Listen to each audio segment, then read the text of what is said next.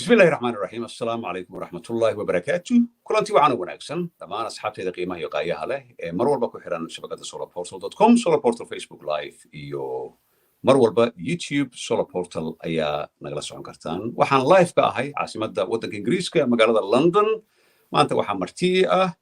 shakhsi Norwegian ah oo Norway ka shaqeeya hay'adda u shaqeeya barnaamijkii asbuucii hore ee ahaa assisted return ayaan sii dabagelinay su'aalo badan ayaa ka yimid marka waxaan ku gudbin doonaa ugu horeyn English language ayaan ku gudbin doonaa oo mudanahan aan ku wareysan doonaa oo ku sugan Oslo after that waxaanu samayn doonaa Mahad iyo Cabdiwahaab oo asbuucii la hore aad aragteen ayaanu soo gelin doonaa af Soomaali ku macnayn doonaa dadka ayaa soo weydiisay in Ingiriis iyo qof mas'uul ah loo keeno first of all welcome Mr. Ulrich Robert Berg this program tell us the position of this matter of assistant return in Norwegian government. Can you tell us what position are you in? Thank you for the invitation. I'm working in UDI in Oslo at the return unit in UDI, which is responsible for return issues to country of origin. I've been working with return since 2007, and I also was taking part of the starting of the program for Somalis back in 2014. Okay. Can you tell us the work UDI does, Norway and other countries? Is it specifically for certain countries in Africa and Asia, or you do even other countries? In general, we have a program that are targeting all immigrants who have not a legal stay in Norway. And we try to help them to go back to the country of origin, as all the countries outside EU Schengen basically is included, both in Africa and Asia.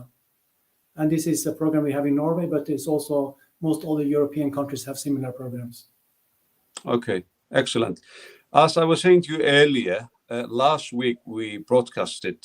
in Somali language. This was very much interested so many different people. Who's organizing this program? What is the purpose of paying some people to return their country of origin? And who should benefit? We are cooperating with both IOM, International Organization of Migration. We have an office in Norway, but specific to Somalia, we have a contract with Danish Refugee Council, which are doing services for returnees Somalis in Somalia after return from Norway. Okay. But we are actually running this program from Oslo, and we are contracting DRC to do the service to help Somali migrants going back to Somalia and restart their life in Somalia. Okay. What is the relation between UDI and Danish Refugee Council? Danish Refugee Council is an NGO, non-governmental organization, who has administration and follow-up in Somalia with offices and employees that are able to take care of and follow up Somalis who are returning from Norway and offering them some assistance based on contract with Norway, which we are paying for. All right. Okay. The UDI working with the government, for example, Somali government or Danish refugee councils are doing this work on your behalf? We have some relationship, yes, to Somali government. Basically, all Somalis who are returning from Norway have to be accepted and confirmed identity as Somalis to enter the country. So yes, we have a kind of cooperation with the Somali countries on that, Somalian authorities. Government. Okay, there are plenty of questions from the people who watched the program we broadcasted last week in Somali language. For example, I think it's a broader questions. We don't have to answer specific questions. The first question comes from 32 years old Somali ladies asking the question,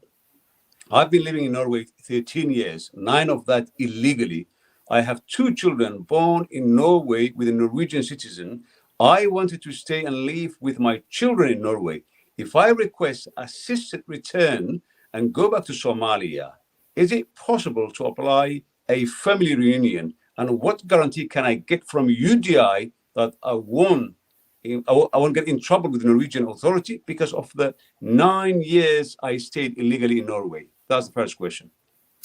Yes, she can go back to Somalia and apply for family reunion. It's expected that you should do that. The second thing regarding guarantee for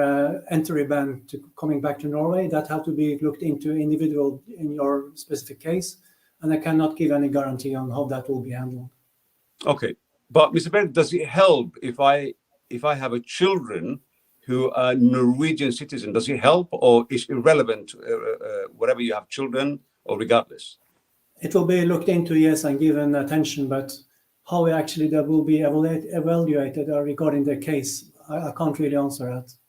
Okay, but it will be all right, looked that's into, fair yes, enough. and Second considered. question is from 32-year-old Somali man asking, I heard some people are refused after they applied this assisted return program.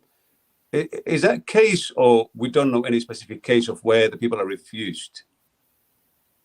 That can be based on lack of cooperation with the ID to contribute to identify the clear identity to the person, because we need to know exactly which country they are from and to be able to return to. So usually when a case is turned down, it's much about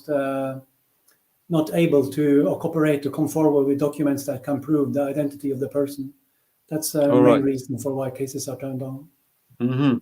What about if somebody fulfilled the requirement needed for them to return the country of origin? Is there any reason why the authority or UDI or Norwegian government will refuse such a request? No, we try to help them as long as possible as what we can be able to do. We really want to do that. But in some cases, as I said, we may lack confirmation on clear identity, which is accepted from the home country, that they will accept to take back their own citizens. Or sometimes they refuse to take it back. Yeah, we have examples on that, yes. Or that we are not able to make it clear that they really are citizens of this country in question. All right. They cannot clarify that is a citizen of that particular country. Is that correct? Yes, yeah, in a few cases we have that issue. Mm-hmm. Somebody was asking earlier, I watched video from social media that if one is successful for this assisted return program, Norwegian police will accompany them to their destination. If I'm returning voluntarily, why would Norwegian authority need the police to travel people who are going back to their original country? Don't you think people will feel like criminals?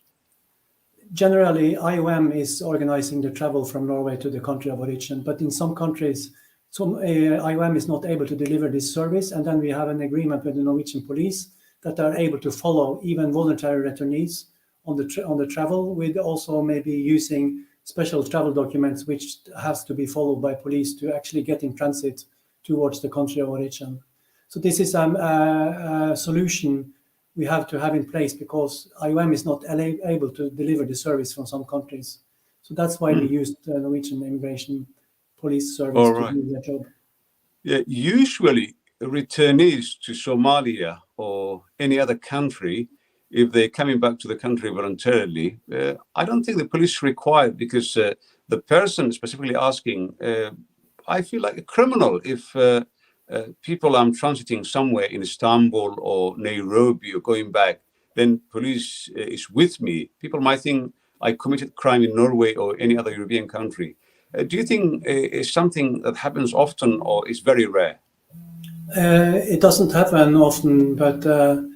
if police is following someone, they do it not in uniform. They are just traveling with them and follow them through the transit, because there are some transit gate you have to pass. And I have the identity of the person, and police is without uniform, so they are not recognized that they've been followed by the police. Absolutely. Absolutely. Somebody's asking, there are people who are legally residents before in Norway, but the authority withdrew their residence. Can they apply assisted return program? Yes, they can. Regardless of what? If they refuse, they can always apply. They can apply, yes. All right. Excellent. That's a very good answer. Someone is asking, I am 44 years old Somali. If I apply this program and go back to Somalia, if the security situation gets worse, like Afghanistan, if I come back to Norway, can I apply asylum again? Basically, if you come back to Norway after being back in your home country, you might have new issues on the application or decline for protection. And if so, the case will be looked into again as a new case, because you have new claims for need of protection based on what is happening in your country, home country. So yes, the case will be looked into again. Okay. There was a specific question last week in Somali language. I wanted to know, this person is saying, I wanted to know the financial help from UDI or Norwegian state towards my settlement in Somalia. For example, family of 5, mother, father, and 3 children under 18. And how long will it last? I don't think you can answer specifically, but in broader answer, if you can do that, that would be great. Yeah, very complex question, which actually it's had a lot of components into it, because the service already start before leaving Norway when it comes to Somalis. They are giving counseling, and during the counseling, it's expected that they come forward with what plans they have in Somalia and how to invest the support from Norway.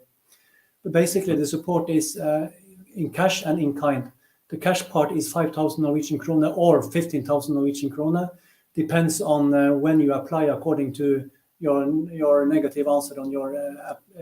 application or you get a negative answer on your application. Mm-hmm. How long will it last? For example, if I go back 1st of January to Somalia from Norway, how long will it last, this program with the Danish Refugee Council? Will it last for 1 month, 6 months, 1 year? The service is expected to take 12 months. You can receive service and follow up by DRC for 12 months. And the in-kind service on Norwegian 30,000 krone, it's expected that DRC help the returnee to start a business or go into school, get some training, etc. That can give an income for after return to have something to live for. Once a person accepts this offer from the state and they go back to Somalia, let's say after a couple of years, can they come back as a student, business people, coming at the hospital treatment? Can they come back to Norway? Or once they leave Norway, there's no chance of coming back EU, Schengen area, or Norway itself? No, generally it's not that it's not possible, but it depends on that the person is coming in a legal way, that apply for visas, etc. Or that depends much on that actually. So yes, it's possible, but yes,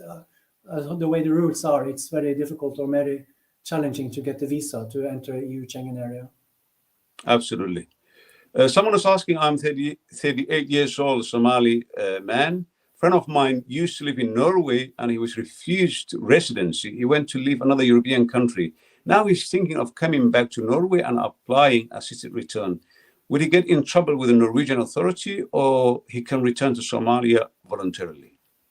We have every year cases like this, people that have applied in Norway, leave to another country in Europe and then come back to Norway as what we call Dublin cases, which they return to Norway as Norway is the first case to handle the asylum protection application.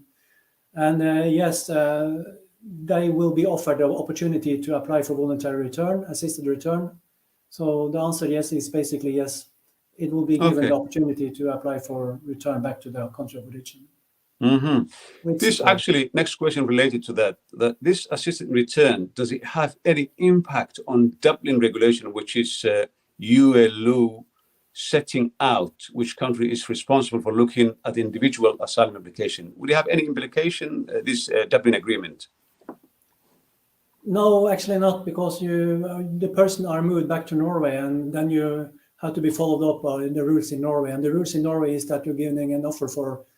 assisted voluntary return. So if you want to apply for it, it will be considered and given an opportunity to help the person going back to the country of origin. Absolutely. Other question is, 27 years old Somali lady is asking, last couple of years, there are people who requested a residency of asylum and Norwegian government granted them. Same time,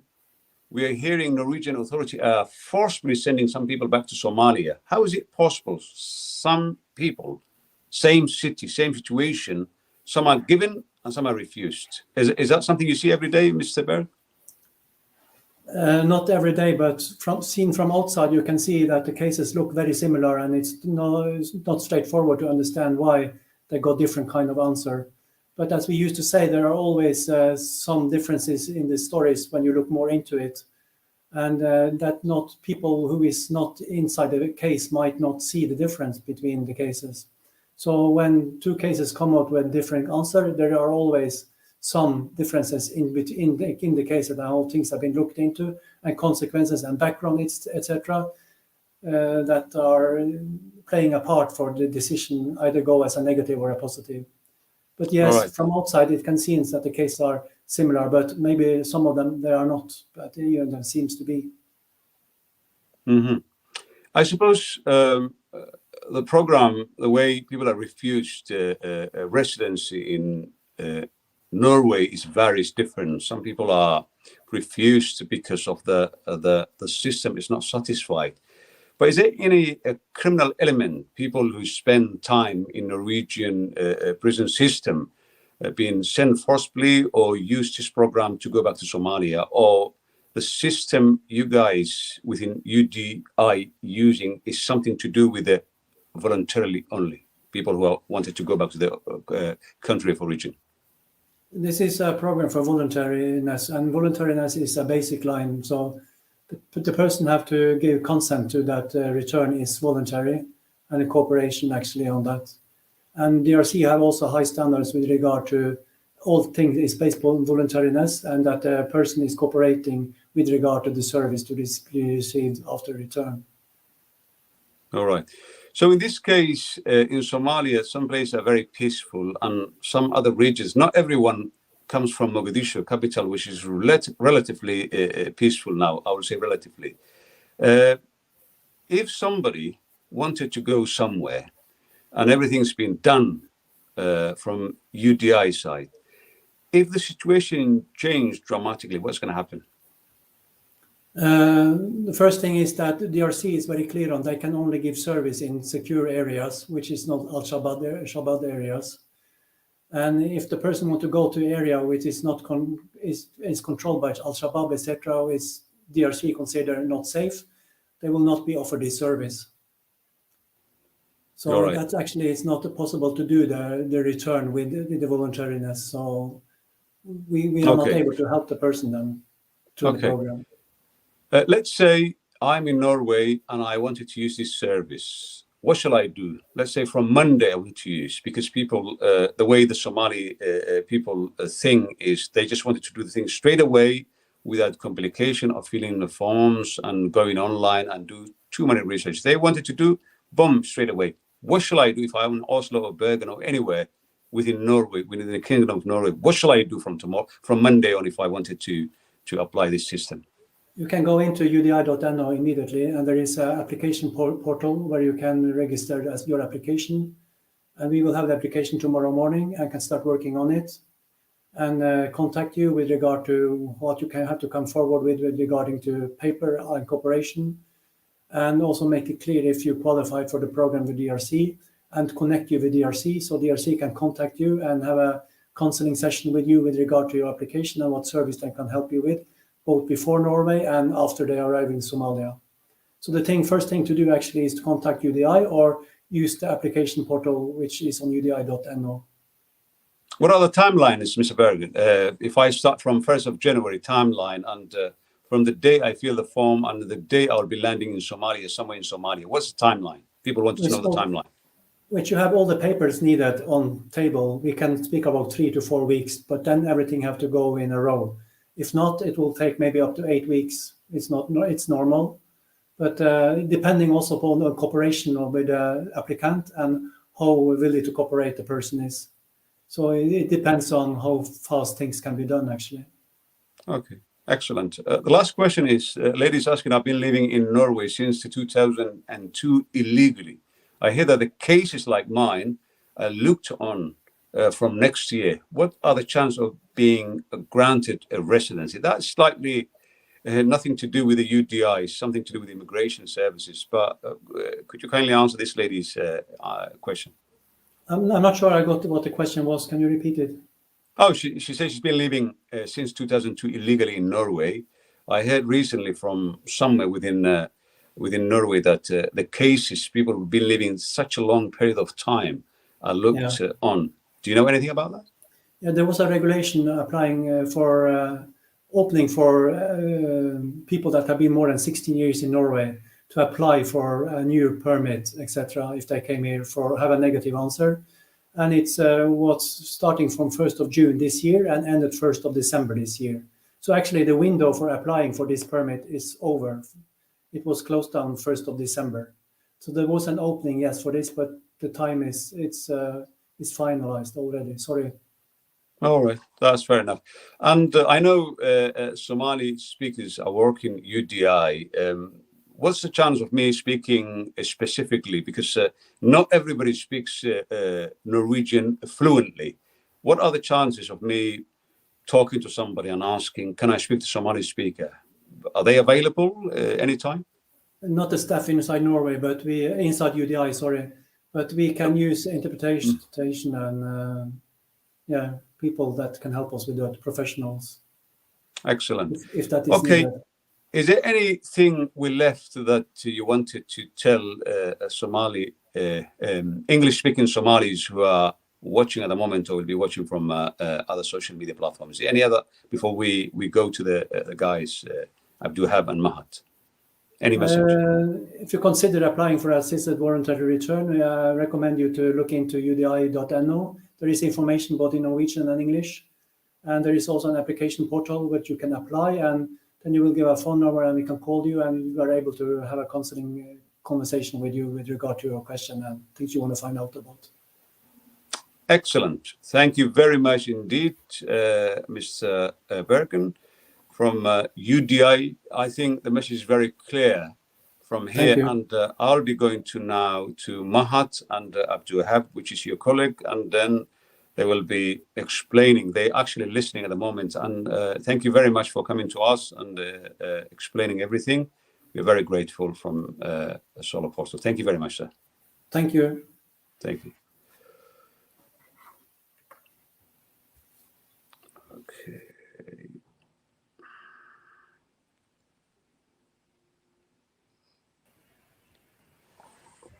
waxaan filayaa iminka in luqadda afka Soomaaliga rag Soomaali baan arkaa mudane Mahad Cabdulle maqal radio oo Norway ku sugan iyo waxaan la joogaa UDI NOAS iyo UDI waa isla shaqeeyaan dhamaantooda Abduwahab oo asbuuci horena aan wada hadlay kulli waxaan filayaa si fiican Mr. Ulrich Robert Berg si fiican ayuu u hadlay arimahana sababtaan u soo gudbinayno ugu soo laabanay waxay tahay dadka Soomaalida inay ka faa'iideystaan meel bay joogaan Abduwahab maxaad ku dari lahayd waxyaabihii aad ka maqashay oo luqadda Ingiriiska su'aalo badan ayaa la soo weydiiyay maxaad ku dari lahayd oo nagu cusub oo asbuuc hore aan ka tagnay waa islaamaya markale wallahi su'aalihii aad weydiisay si fiican buu uga jawaabay walow si guud ahaan uu uga jawaabay wax specific ah wax specific waxay noqonaysaa marka lagu keeno documentiga marka lagu keeno uu hor yaalo aad kala maaragtay shaandayso markaas aad waxaad oran kartaa reerka kuwan lacag intaas helayaan intaas waxaas noqonayaan process intaas uu qaadanaya wax noocaas moota wax hadda laga jawaabay waa wax guud weeyaan gabar baa waxay weydiisay barnaamijka wax ka baxsan oo macnaha waxa la yiraahdaa barnaamij waxa jiray oo siyaasadeed oo xisbiyada isku raaceen oo xisbigan ku hareefo oo kristanka baa markii hore soo propose gareeyay taasna waxay ahayd dadkan macnaha 16 sano wadanka deganaa sharci darro ku joogay inta asylum macnaha ay dalbadeen maangalay ay dalbadeen oo wax dambi ah gelin da'dooda marka lagu daro 16 sano wadanka ay joogeen ay isku noqonayso 65 sano guud ahaan macnaha da'doodii iyo 16 sano wadanka joogeen marka la isku daro 65 sano ay noqonayso qofkaasna wax dambi uu san gelin dadkaas waa in la siiyaa magangeliyo bini'aadanimo ma aha qaxootinimo ma aha bini'aadanimo in la siiyo marka barnaamijkaas sidoo haday sheegay de koodii bishan buu ku ekaa moogta koodii bishan buu ku ekaa wax ka dawaa December koodii ku ekaa dhowr maalmood waa in sheegay kaas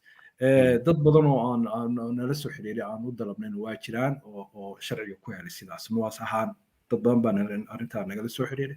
intooda badan sharci waa la siiyay marka tan uu idin sheegay de hadalkii aan istimaanka horan dhahayn uu adkeeyay oo ahaa yaani qofka looma diri karo meel dhibaato iyo mushkilad ay ka jirto DRC wuxuu yiri yaani hadii qofka uu ka yimid meel al-shabaabku ay xukumaan waxba kama qaban karaan service kama fulin karaan waa iyaga khatar ku jiraba marka in khatar ku jiro muxuu qaban karaa saacida marka waa sidaas tan nuwasta aniga aan u shaqeeyo waxa weeyaan nuwas anu dawladda manin UDI laakiin ninka hadda Ulrich waxa way hay'ad dawladeed waa immigration wadanka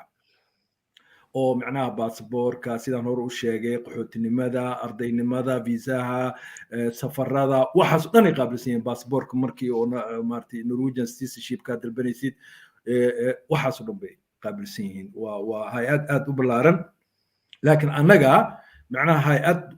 waxaan nahay urur ka madax bannaan iyaga laakiin waddanka muctarifka ah aad loo tixgeliyo waxaan jeclaan lahaa Soomaaliya hay'ad noocaas kale inay samaysto sababtoo waxaan rabaa ma hadinaan weydiiyo inta badan waa maxay ayay leeyihiin sababta Norwegian government immigration service-kooda ay lacag intaasoo millions oo crownka oo Norway ah ay ugu bixinayaan dad iyaga dhihi karaan waddankeena nooga baxa why ayay leeyihiin inkastoo aan ognahay waddan qani ah waddamada adduunka u qanisan ku jira Norway haddana why spend money adoo dhihi kara waddankaaga ku laaba ku dooni mayne waad mahadsan tahay siduu cabdiwahaab yiri cabdiwahaab wuxuu ka tirsan yahay hay-adda noocaas ee markaa brasharka saarta sharciyada arrimahan oo kale waa humanitarianka iyo markay noqoto hay-ado fara badan meesha waxa uu miisaan weeye inaad la socoto mooyaane dowladda marka laga saaro waxa jira hay-ado badan oo ka madax bannaan sida noocaasta iyo red crosska iyo meelo badan oo miisaan ku leh oo oranaya marka haddii aad celinaysaan dadkan waa inaad dhinaca humanitarianka naxariista u eegtaan hadal buu yiri inaad dhadhaminaysay mooyaane ka dhadhansaday wuxuu yiri 15,000 oo koroono marka hore iyo 30,000 oo karoone oo business uu ku bilaabayo marka waxay isku noqonaysaa 45,000 lacag ah ayuu markaa qiyaasi waa intaan waxay noqonaysaa ilaa 4,500 5,000 oo dollar ayay noqonaysaa waa markaa siduu wuxuu ku yiri specific baa loo eegayaa laakiin 15,000 oo malaa tigidhka ah baan u qaatay anuu ma garan karo iyo the expensive waxa ku jira dadka sii raacay 15,000 iyo marka uu yiri 30,000 laga yaabaa marka inay ka badnaato laga yaabaa inay ka yaraato laakiin tanaad igu tilmaanto waxa weeye dad badan oo xataa ganacsato fara badan iyo taajiriin badan oo waxa jira humanitarian bixi oranaya qofkan mutacadinimada u noqonaya waa in wax yaroo qabsi ah lagu siiyaa kadibna 3 bilood oo kale lacagtan uu haysta mooyaane 3 bilood oo kalena laga warhayaa haddii uu businesskiisu buuxsamo loogu sii daro marka waa laga yaabaa inay xataa isticmaalaan sida igu maqaala shirkado ka madax bannaan iyaguna oo Soomaali ah oo ama kuwan ganacsada businesska ee marka money exchange-ga ah inay wada xiriir leeyihiin ma hubo laakiin waxaan xantay soo gaartay oo maasanta Cabdinaasir okay waxaan rabaa su'aal asbuuci horena Cabdiwahaab aan weydiiyey oo xoogaa haddana Ulrich aan weydiiyey waxoogaa lama filaan igu noqotay runtii oo ahayd aniga haddii volunteer waan arkay runtii diyaaradaha Soomaali aadaan anaaba indhahayga saaray dhowr jeer dad criminal ah dembiilayaal ah oo Europe iyo North America laga soo celiyay laakiin anoo si volunteer ah oo maaragtay u noqonayo oo qasab aan ahayn ku noqonayo maxaan uga baahanahay inkastoo uu yiri booliis dharcad ah haddana waa la fahmaya adiga gees kaa fadhiyo 2 nin 3 nin kaa fadhiyo oo Norwegian dadku uma eka European kale uma eka ka ag fadhiyaan xogaa waa laga shakinaya waxa leeyahay ninkan xogaa dadka qof su'aasha soo weydiiyay actually will feel like criminal in dembiile camal aan ahay ayaan dareemaya uu yiri marka maxay uga baahan yihiin inay askar ku daraan inta qarash ay bixiyaan hadii qofka mise waxay ka baqayaan transitkaas in hadii Oslo uu ka soo duulo Istanbul ama Oslo Nairobi maxay u baqayaan Cabdiwahaab sababta maxay tahay askar loogu daraya oo dharcada isagana waa uu sheegay haday Ulrich ka jawaabay meelaha IOM ay wax ka qaban karto askar ma raacdo buu yiri macnaha arimaha waxa qabta IOM tu yiri moobta IOM ta hadii ay raacdo macnaha askar baa waa dad iyaga la socdo tigidadii waxyaalahaas u faasirtay galeenay laakiin wadamada qaarkood waxa dhibaaday ma garanaysaa ama baasaboorkooda wadankaas ay sii marayaan inuusan aqoonsanayn iyo waxyaalo kale transidyadaas inay ka gudbiyaan ujeedadu waa intaas wax kale oo qofku raacay Norway qarash badan baa ugu jira nimankan hadhow hoteeladoodii iyo diyaaradahoodii iyo mishaar qaali ay qaadanayaan way habeen bay safrayaan Soomaa marka dan ugu jirto laakiin macnaha waxa way qofkan si amaana meeshii uu macnaha asal ahaanta ka soo jeeday in la geeyo isagoo nabada transitkana si wanaagsan loo sii mariyo anigu kale intaas baan u arkaa wax kale oo hadda oo ka jira dadka laakiin oo khasabku lagu kaxaynayo waa sheeko kale waa ku duwan tahay cabdinaasir waa run waa sida uu yiri anu waxaan aaminsanahay waa keliya in nabadgelyadooda waayo wadana iskama kaa qaabilaya cabdinaasir adan haddaadan baasaboor sharciga oo visa wadan waad ogtay imka transit markaad turkiya ku tahay dee waa inaad si sharciya turkiya transit haddaadan visa wadan laakiin wadamada ay aqoonsan yihiin visa haysta haddii kale waa nabadgelyada waxa ugu muhiimsan meelaha qaar laga yaabaa inay Addis Ababa uga soo haraan ama Nairobi way jiraan marmar kuwa criminalka cabdinaasir ilaa iyo waxay u raacaan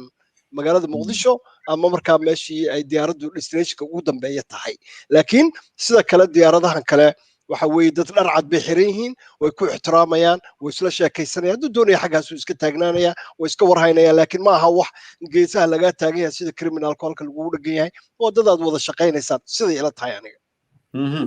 cabdinaasir intaas waxayran ku dara intaas dadka micnaha qasabka lagu kaxeeyo meeshooda waa tagnay moogtahay waxaa jirta meel la geeyaa jirta oo trandom la yidhaahdo airport ku artaala oo loogu talagalay qofka inta laga dhoofinayo meesha inuu ku jiro marka annagana dee kormeer baan ku samaynaa waxaana human right-ka iyo dadkan qasabka lagu kaxaynaya laftirkooda sida loola dhaqmo moogtahay marka qofka qasabka lagu kaxaynaya waxa waaye waa qof aan raali ka ahayn in la kaxeeyo moogta waa dagaalamaya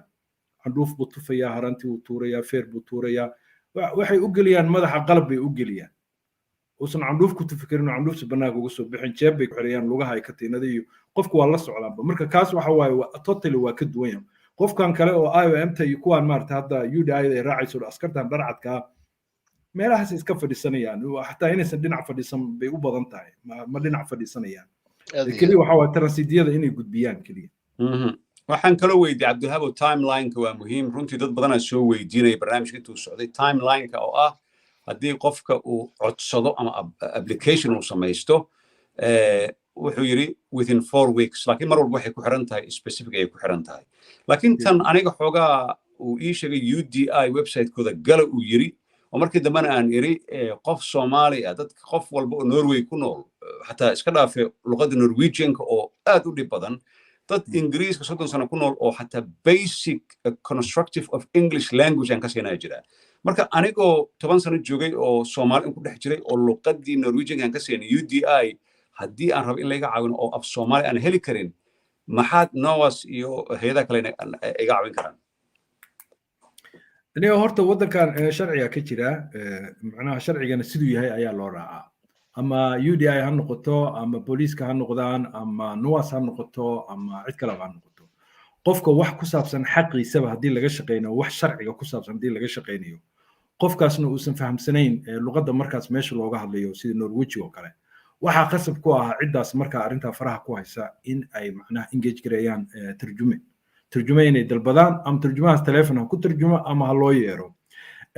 tan laakiin annaga aan kaga duwannahay waxaan oo dhan waxa waaye UDI-da waa runta su'aal fiican baa weydiisay waa maqlaay ma haysano yidhi qof Soomaali ah ma turjumaan isticmaalnaa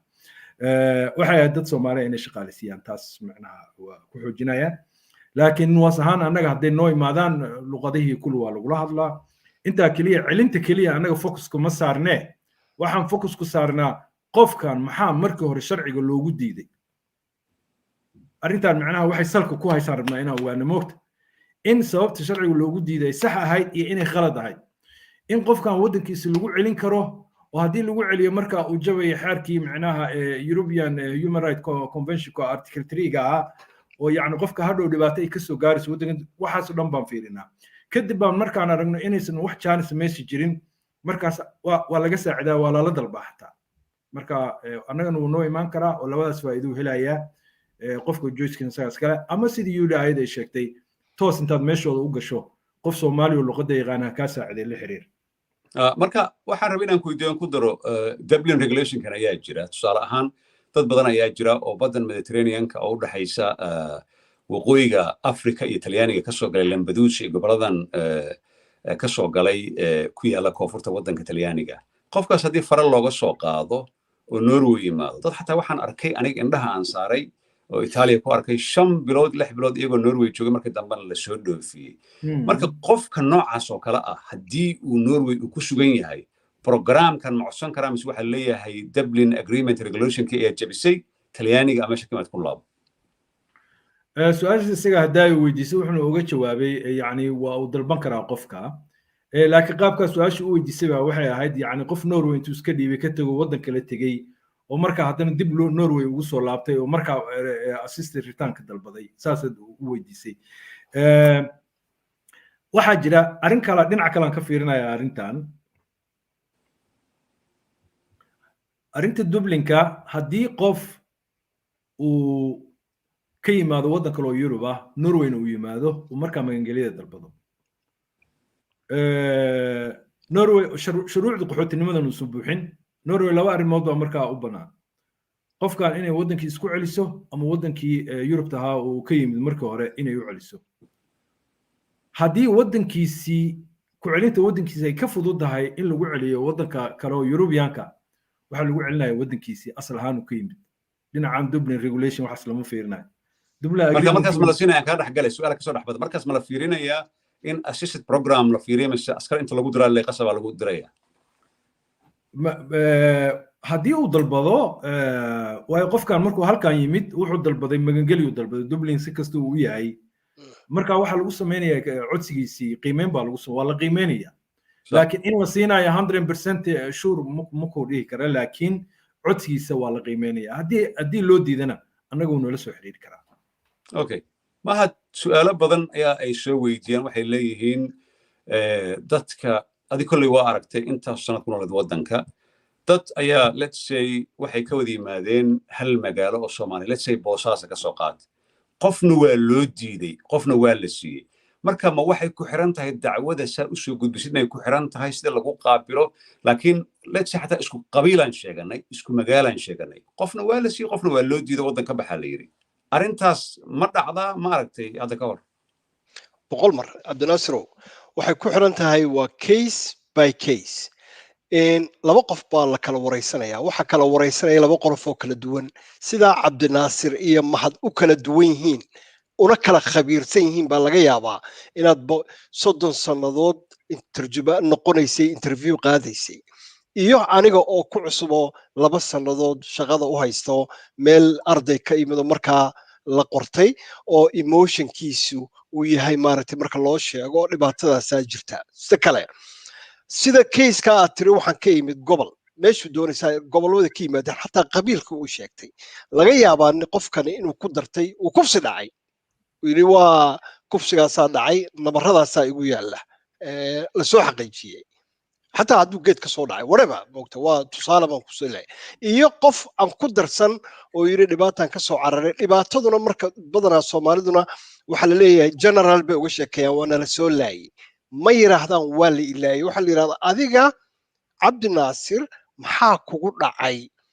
marka reerkayagii anagoo qabiilka ah baa la dhameeyay cidna waxba kugu siin mayso waa inaad tiraahdaa adiga marka inankan oo laga yaabaa inuu yiri aniga dhibtaas ay soo gaartay sidana la igu sameeyay waxa jiro kala jira dad yiraahdo waxaan ahaa askari ama waxaan ahaa captain baan ahaa kadibna waxaan u tarjumi jiray waxaan la shaqayn jiray madaxweynihii meesha joogay ama qofkii meesha joogay dhibtaas ay soo gaartay sidaas ama waqtigan al-shabaab ku ogaatay inaan madaxweynaha la shaqeeyo tiibay waraaqana uu sitaa oo marka run iyo been si kasta dalka waraaqu sitaa waraaqii uu sito marka la eegay lana shaqeynayay madaxweynuhu shaabadna sito iyo nin yiri balkana ka yimid anigu waan ka soo cararo dhibtan ay soo gaartay isku mid ma noqonayaan Cabdinaasirow marka waxay ku xiran tahay labada qof ee ku hela iyo sida case-kaaga u soo gudbisato ta ugu dambaysa waliga case qof sheegay ha sheeganin way waxay Soomaalidu yiraahdaan hebel baa ku maartay ku helay halkan inta oro waxa laga yaabaa inaad la kulanto qofkii interview ka qaadiyay barnaamijkan hadda kor uu soo maray wuxuu halka ka garanaya in waxaan beentay marka waxaan qabaa labada qofood waxay ku xiran tahay sida loo kala wareyso iyo sida emotion u bixisay okay Cabdiwaab waxaan ka rabaa inaan ii sheegtid NOAS oo shaqooyinka ay qabataan marka xiriir toos ah oo idinka wax ka bedeli kara siday go'aamada UDI ama immigrationka Norway u gaaraan ayaa jira mise idinka waxay leeyihiin arrimahan celinta assistant returnka naga caawiya ay idin leeyihiin mise waxay jirtaa shaqo day to day ay soo shaqeysaan iska warqabtaan idinka iyo UDI shaqooyinkan aan qabano UDI-da way ka madax bannaan tahay dhinacan xiriir ka wada leenahay waa dhinaca sharciga haddii sharciga ku xadgudbaan waxaan dhahnaa sharciga waa ku xadgudubteen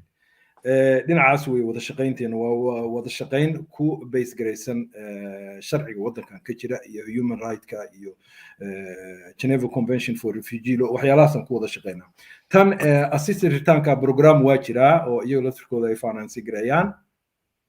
laakiin information-kan macnaha alternative-ka case-ka qofka marka uu noo keeno waa la qiimeeyaa dadka macnaha loo soo diiday haddii marka aan lahayn wax argumentation oo la isticmaali karo oo lagu qori karo marka abiilka qofkan loo qoraayo talooyin waxa lagu siiyaa yacni wax cusub anaga ma hayno oo marka aan dacwada ku qorno oo wax ka bedeli kara go'aankii hore oo maxkamadan macnaha rafcaanka loo gudbiyo ka baaran degtay ay soo gaartay argumentation oo wax kii hore go'aanka wax ku bedeli karna ma hayno marka waxaan kugula talinayaa deadline-kaagina waa socdaa waxaa lagugula talinayaa macnaha inaad ka faa'iidaysid jaaniskan si lacagahan iyo caawinooyinkan barnaamijyadan aadan u seegin hadhow waayo hadday hadalkiisu wuxuu ahaa waxay u dhaxaysaa 5,000 ilaa 15,000 buu yidhi moogta yacni waxay ku xiran tahay deadline-kii ka hor inaad dalbato waqtigii lagu yidhi waddanka ka bax ka hor inaad dalbatay iyo gadaal inaad ka dalbatay bay ku xiran tahay laakiin mar kasta qofka caawino waa helaya moogta marka haddii qofka ay UDI-da tusaale ahaan qof baa wax loo soo diiday baa tiri moogtahay boosaasi ka yimaadeen maaqa su-aashaas inay tan asylumka ahayd iyo ama tan assisted return-ka inay khusisay haddii ay macnaha dhinacan assisted return-ka ay khusayso labada qof haddii ay markaa boosaaso ka wada yimaadeen marka calaam su-aal baa saaran de sababta loogu soo diiday qofkan maxay tahay of course laakiin su-aal kala jirta marka hore cabdinaasir waxaa dhici marka hore waxaa dhici karta identity-ga qofka inay wax ka khaldanaayeen baa dhici karta qofka nationality-giisa calaam su-aal ay saaranta waa fahmay qofaa su-aal muhiim hadda soo weydiyo hadda soo qoray intaan live ku jirno wuxuu yidhi idinka noosdaa tihiin ma waxaad ka shaqaysaan dadka inay laabtaan ama dadka inay sharci helaan ayaa ka shaqaysaan sababtoo ah horaanba u sheegnay oo daraad waraysigii ahaa asbuucii horena waan ku sheegnay oo ahaa idinka inta badan waxaa la diil garaysaan ama aad la shaqaysaan dadka sharcigii ugu dambeeyey ee Norway loo diiday abiilkii ugu dambeeyey marka wuxuu leeyahay idinka ma waxa inta badan la shaqaysaan dadka si u laaban lahaayeen ama xataa inaad u doodaan oo u dagaalantaan looyaro aad u qabataan in qofka waddanka uu joogo ma ka shaqaysaan uu leeyahay qof haddii soo weydiiyo su-aashaas hadalka macnaha commentayaashana waa ku akrinayay waa ka akhriyey annaga waxaan ka shaqaynaa haddayna waa ku celceliyey kii horena waa ka sheegay nuwaas waxay ka shaqayso waa human right macnaha vacti bishan annaga vacti bisha waxa waaye eyga waardiyaha oo qayliya maaragta oo kale sidaas kale annaga u qaylinaa haddii qofka xuquuqdiisa lagu xadgudbo oo dhibaato loo geysto waxa weeyaan sharcigan qofka macnaha waa fiirinaa xataa hadday maxkamad noqoto maxkamadda waxaan haysanaa domestal project waxa la dhahaa jiraan haysano marka laga gudbo sax bandinka caadiga kiisaska sidaa u qiimayno marka laga baxo waxaa jira group kale oo maxkamada macnaha looyarada waxay leeyihiin moogtahay shirkaday leeyihiin moogtahay shirkado looyaro oo aan la shaqeyno marka waxaan isku dhahnaa domestal shirkada macnaha projectiga maxkamadaha oo nuwaas marka hoos jooga looyaradaas oo shirkadahaas kala duwan ka socda iyo nuwaas baa isla fadhiista keiskii nuwaas ay ku guulaysan weysay oo hay-adda rafcaan ka baaran degtaa ay soo diiday markii kale keiska waxaa la hordhigaa advokaatadii waxaa la yidhahdaa annaga waa kasoo horjeednaa lawyer waxa waa arrintan bal nala fiirsha keisas badan baa la geeyaa waa sida macnaha cirbadda duleelkoodoo kale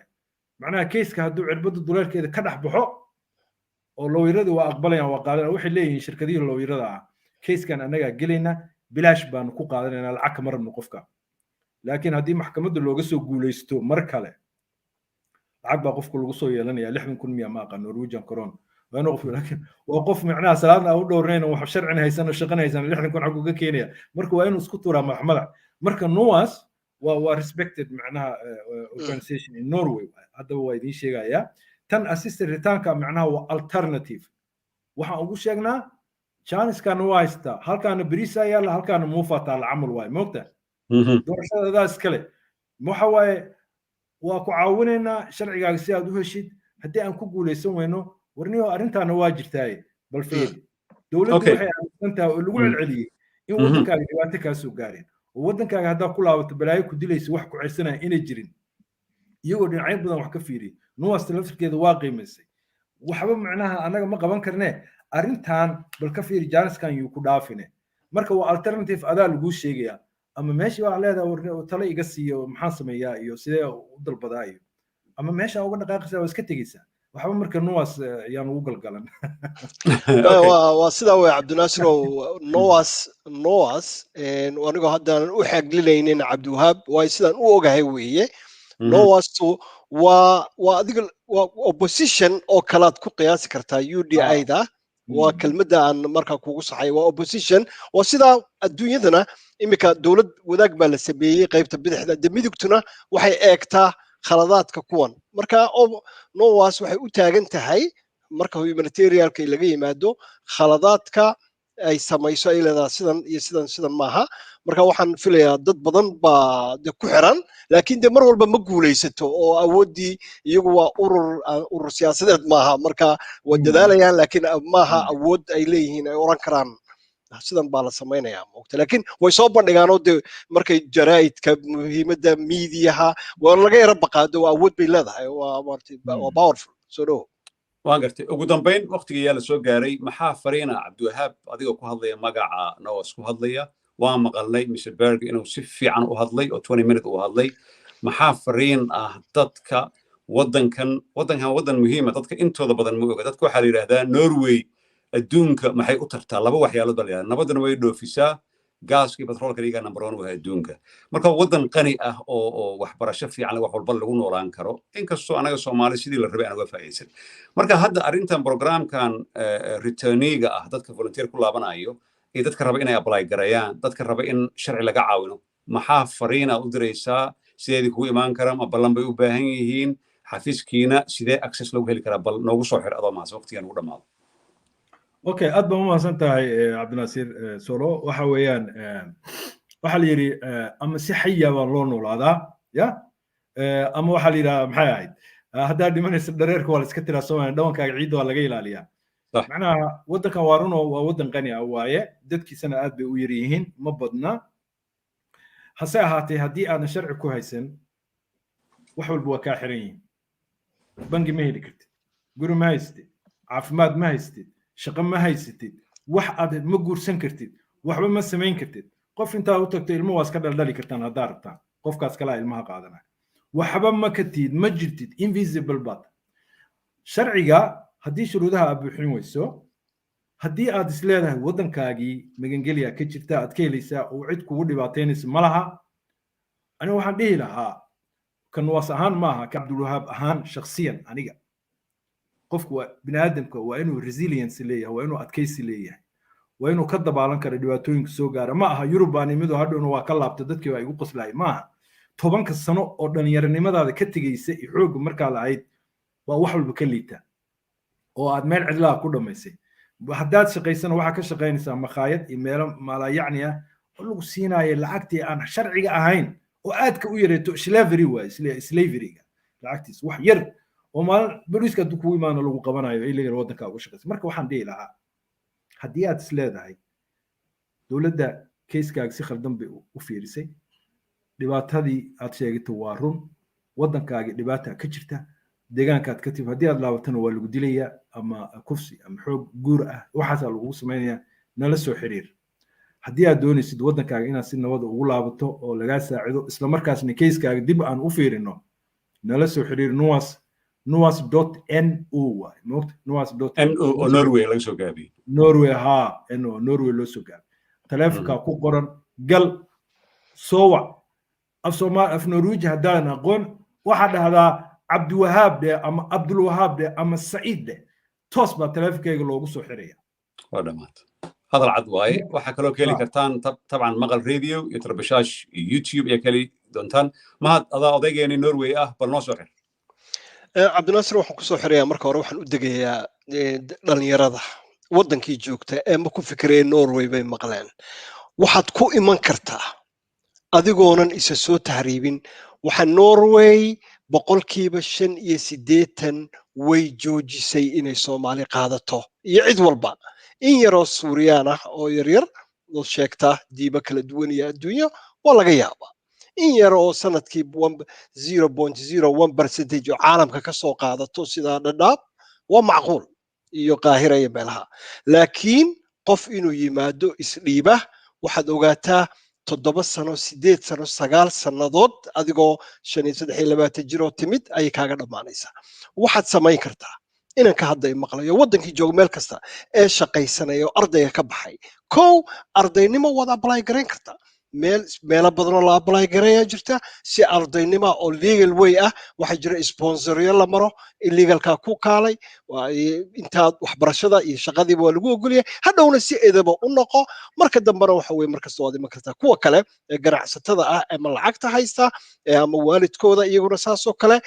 visa way apply garayn karaan haddaad lacag haysato apply imaw noo kaalay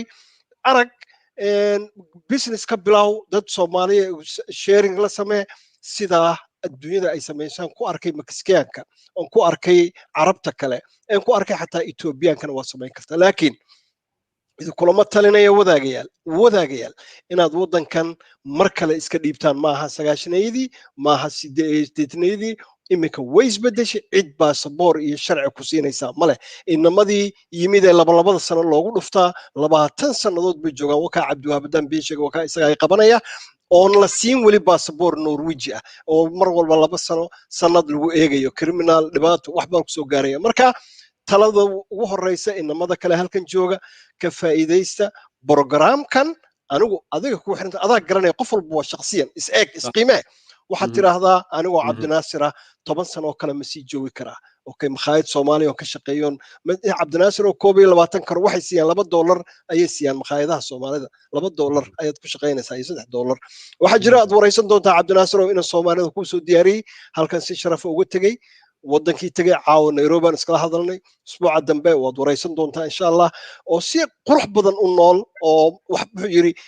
mar qoro baan ku fikiray bariiskan iyo baasadan cunaya uun soo ma helayo maxaa marka wax kale ii dhibay makhaayad Soomaaliya rafaadkeeda nin wax bartay maanta waxbarashadiisii iyo ganacsigiisii uu bilaabay xamar iyo Nairobi ku shaqaystaa wadaagayaal ka faa'iideyso jaaniska oo ka noocaas la soo xiriir iyo hay'adaha kale marka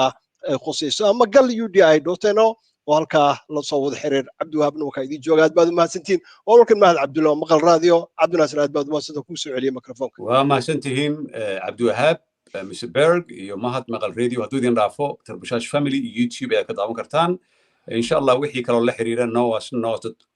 oo Norway laga soo gaabiyay ah wixii kaloo akhbaaran waa soo weydiin kartaan waan u gudbinaynaa marka aad iyo aad u mahadsantihiin intaad la joogteen hal saac la joogteen aad u mahadsantihiin intii hore Ingiriis ahayd markii dambana Soomaali kulli ani mahad waan arki doontaan barnaamijyadeeni cabdiwahaab Noas iyo staff kale aad u mahadsantihiin waxaan idinka soo wada salaameynaa magaalooyinka London iyo Oslo wabillahi tawfiiq wassalamu calaykum waraxmatullaahi wabarakaatuh